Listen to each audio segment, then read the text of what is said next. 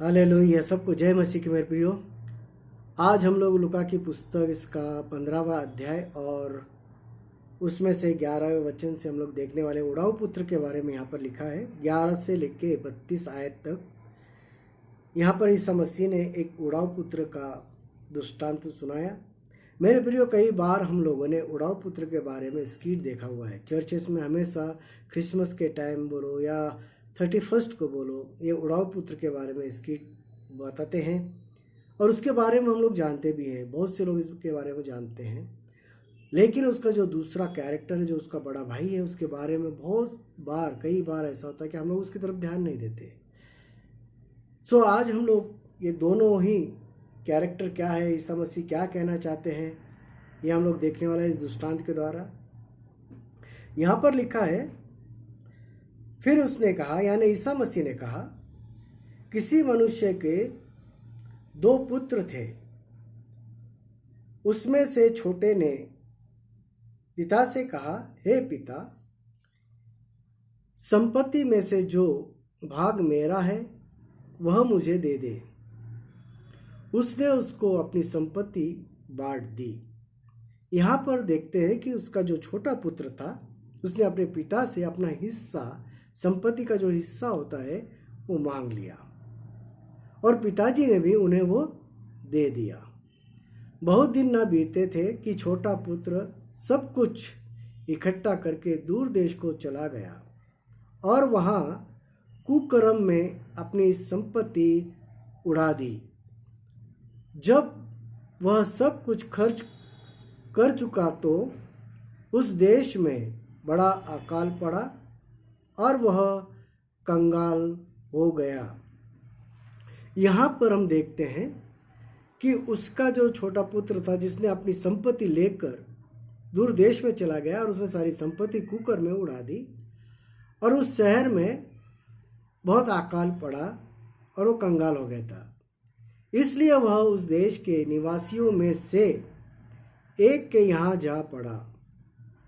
उसने उसे अपने खेत में सूअर चराने के लिए भेजा और वह चाहता था कि उन फलियों से, जिन्हें सूअर खाते थे, अपना पेट भरे, और उससे कोई कुछ नहीं देता था। जब इस लड़के ने अपना सारा पैसा, अपना सारा धन लुटा दिया, तो उसने उस शहर के एक इंसान के पास चला गया और उसके यहाँ सूअर चराने का काम करने लगा, संभालने का काम करने लगा। और सूअर में जो फलियाँ खाते थे वह खाकर अपना पेट भरता था, क्योंकि उसे कोई भी कुछ नहीं देता था। जब वह अपने आपे में आया, तब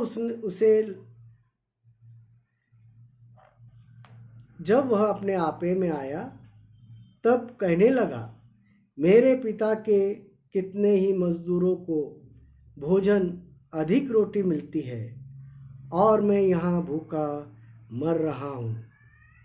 जब वो होश में आया, तब उसने कहा, अपने मन ही मन कहा कि मेरे पिताजी के घर में तो जो मजदूर है उन्हें पेट भर के रोटियां मिलती है, लेकिन मैं यहाँ पर भूखा मर रहा हूँ।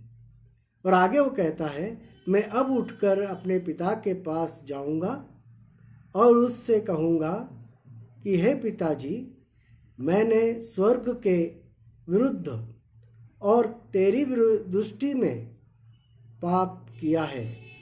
अब इस योग्य नहीं रहा कि तेरा पुत्र कहलाऊं। मुझे एक मजदूर के समान रख ले। तब वह उठकर अपने पिता के पास चला।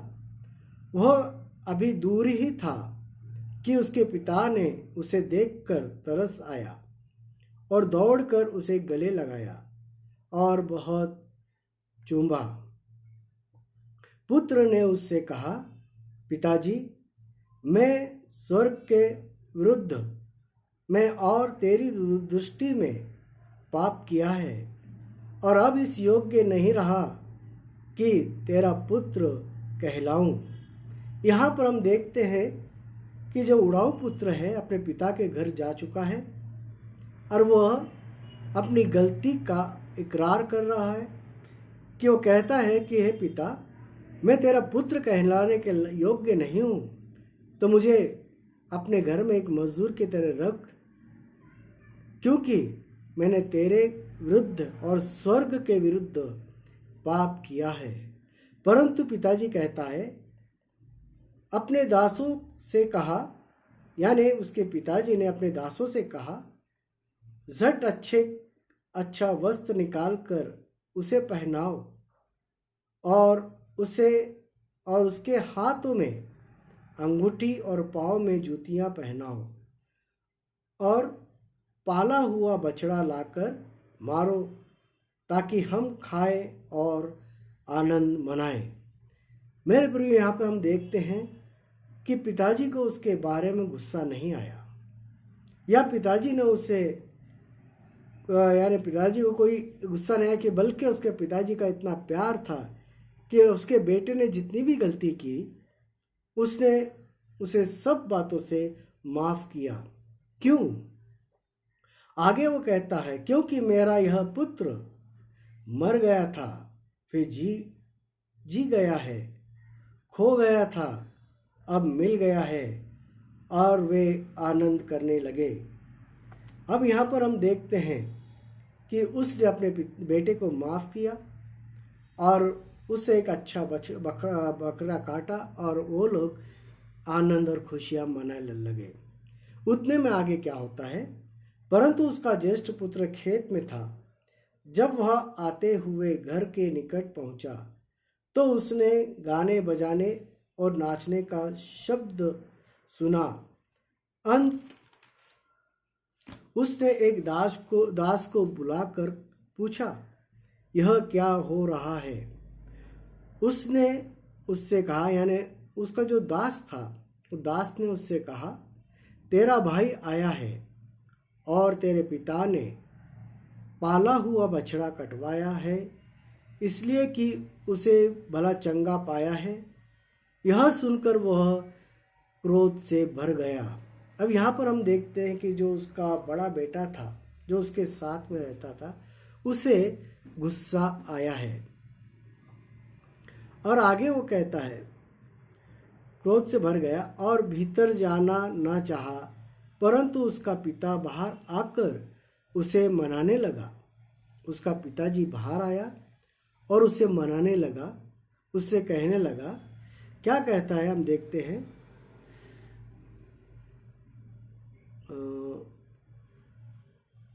मनाने लगा। उसने पिता को उत्तर दिया, देख, मैं इतने वर्ष से तेरी सेवा कर रहा हूँ और कभी भी तेरी आज्ञा नहीं टाली, तो भी तूने मुझे कभी एक बकरी का बच्चा भी न दिया कि मैं अपने मित्रों के साथ आनंद करता। परंतु जब तेरा यह पुत्र, जिसने तेरी संपत्ति वेश्याओं में उड़ा दी है, आया तो उसके लिए तूने पाला हुआ बछड़ा कटवाया। तब पिता ने कहा, उसने उससे कहा, पुत्र, तू सर्वदा मेरे साथ है और जो कुछ मेरा है वह सब तेरा ही है, परंतु अब आनंद करना और मगन होना चाहिए, क्योंकि यह तेरा भाई मर गया था, फिर जी गया है, और खो गया था, अब मिल गया है। यहाँ पर हमने देखा कि उसका बड़ा भाई नाराज हो गया और उसने अपने पिता को सारी बातें बोली कि मैं तेरे साथ हमेशा रहा, मैंने तेरी सेवा की, मैंने तेरे आज्ञाओं का पालन किया, मैंने हर चीज़ तेरी मानी, लेकिन तूने कभी मेरे लिए एक बकरा भी नहीं दिया, कभी मेरे दोस्तों को बुला के मेजबानी नहीं की।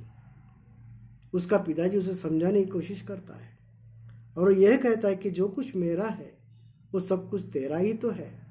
परंतु हम देखते हैं कि उसका बड़ा बेटा वो मेजबानी में नहीं जाता।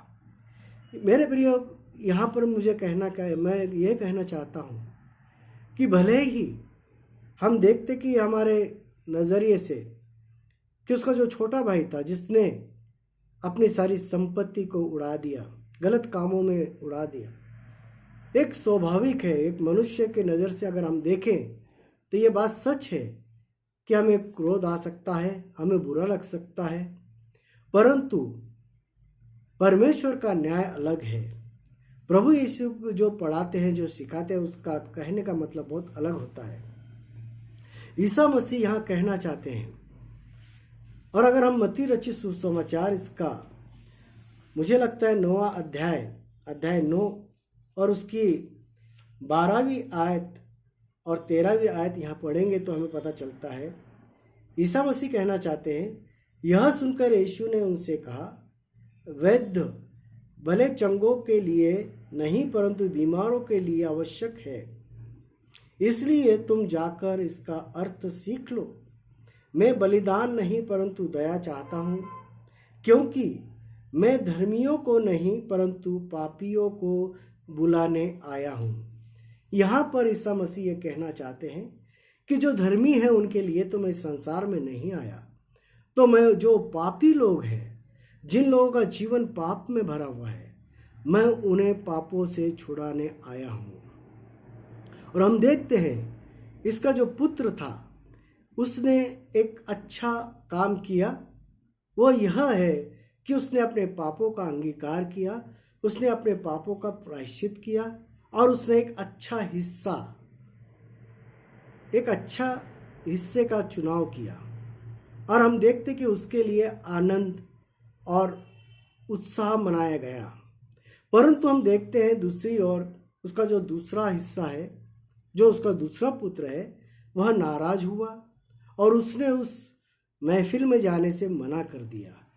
वो जो आनंद और खुशियाँ मना रहे थे उसमें जाने से मना कर दिया। उसने एक अच्छा मौका घड़ा दिया मेरे प्रियो, क्योंकि बाइबल कहती है कि नफरत करना, बैर करना ये पाप है। भले ही वो अपने पिता के इच्छे के अनुसार चल रहा था, लेकिन उसने एक नियम, एक अपना फर्ज, अगर वो सारी बातें दिल से करता, अगर अपने पिता की आज्ञाओं को दिल से मानता, अगर वो अपने पिता को दिल से प्यार करता, तो मेरे प्रियो वो अपने मुंह से ये सारी बातें नहीं निकालता। ये बातें वही इंसान निकालता है जो एक अपना कर्म करता है या अपना एक फर्ज निभाता है कि चलो भाई मुझे अब ये करना है करके करना है। अगर वो दिल से ये सारी बातें करता तो शायद उसे भी अपने पिता की बातों पर विश्वास होता और वो अपने पिता के जो खुशियाँ थी उसके अंदर शामिल हो गया होता। परंतु हम देखते कि वह अंदर नहीं गया। मेरे प्रियो, यहाँ पर मैं कहना चाहता हूँ कि हम भले ही अच्छे हैं, हम कहते हैं, हम सोचते हैं कि हम लोग चर्च में जाते हैं, हम प्रार्थना करते हैं, हमारा जीवन हम अच्छी तरह से बिताते हैं, परंतु क्या यह हम सब दिखावा करते हैं? क्योंकि जब इंसान के ऊपर जब समय आता है, कभी कभी हम देखते हैं कि जब तक सब कुछ अच्छा है, उसके इच्छे के अनुसार सारी बातें होती है, तब तक वह अपने जो असली स्वभाव है, जो अपना असली स्वभाव है, वह प्रकट नहीं करता। लेकिन जब उसके इच्छे के खिलाफ कुछ होता है, तब वह अपना असली रूप दिखाता है। यहाँ पर हमने देखा कि वह कहता है कि हे पिताजी, मैं तो तेरे साथ हमेशा रहा, तूने अच्छा काम किया, मैं हमेशा चर्च को जाता, बहुत अच्छी बात है, मैं हमेशा प्रार्थना करता हूँ, बहुत अच्छी बात है, मैं दान धर्म करता हूँ, बहुत अच्छी बात है, समाज में मेरा अच्छा नाम है, बहुत अच्छी बात है। परंतु जब कुछ घटना मेरे जीवन में ऐसी कुछ होती है कि जो मेरे इच्छा के विरुद्ध या मेरे जो प्लान है उसके खिलाफ कुछ होता है, तब मैं अपना असली रूप दिखाता हूँ। तो मेरे प्रिय, यहाँ पर हमने क्या देखा कि भले ही हमारा जीवन पाप में भरा हो, लेकिन जिस वक्त हम प्रायश्चित करते हैं उस समय हम परमेश्वर हमें माफ़ करता है, वह अपने गले से हमें लगा लेता है, हमारे सारे पापों को, हमारे सारे अपराधों को वो छोड़ देता है, वो भूल जाता है। परंतु अगर हम अच्छा जीवन बिताने के दिखावा करते हैं, अगर हम ये लोगों को बताते हैं कि मैं बहुत अच्छा हूँ, और हमारे दिल में अगर ये सारी बातें हैं, हमारे दिल में किसी के लिए बैर है, नफरत है, तो मेरे प्रियो, मेरा यहाँ पर इसका मतलब यही निकलता है कि ये सब बेकार की बातें हैं। तो आज हमें क्या देखना है? तो हमारा जीवन ऐसा हो जो परमेश्वर को भाता हो।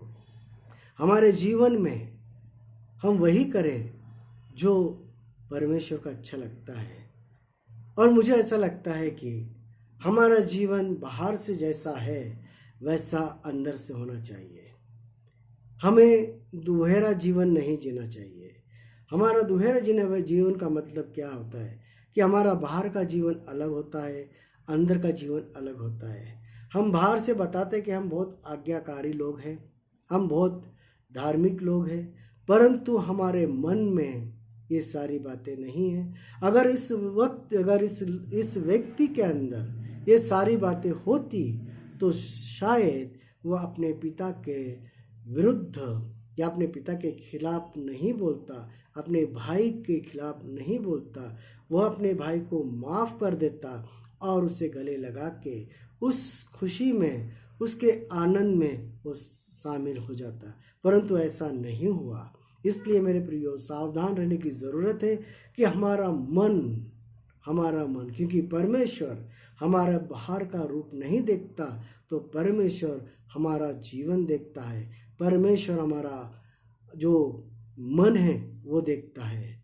तो आज हम यही देखते हैं प्रियो कि हमारा बाहर का जीवन भले ही अच्छा होगा, परंतु हमारे मन में किसी के लिए प्यार नहीं है या किसी के लिए दया नहीं है, तो हमारा ये जीवन व्यर्थ है। हालेलुया। सबको जय मसीह की मेरे प्रियो। धन्यवाद हो खुदावन। हालेलुया।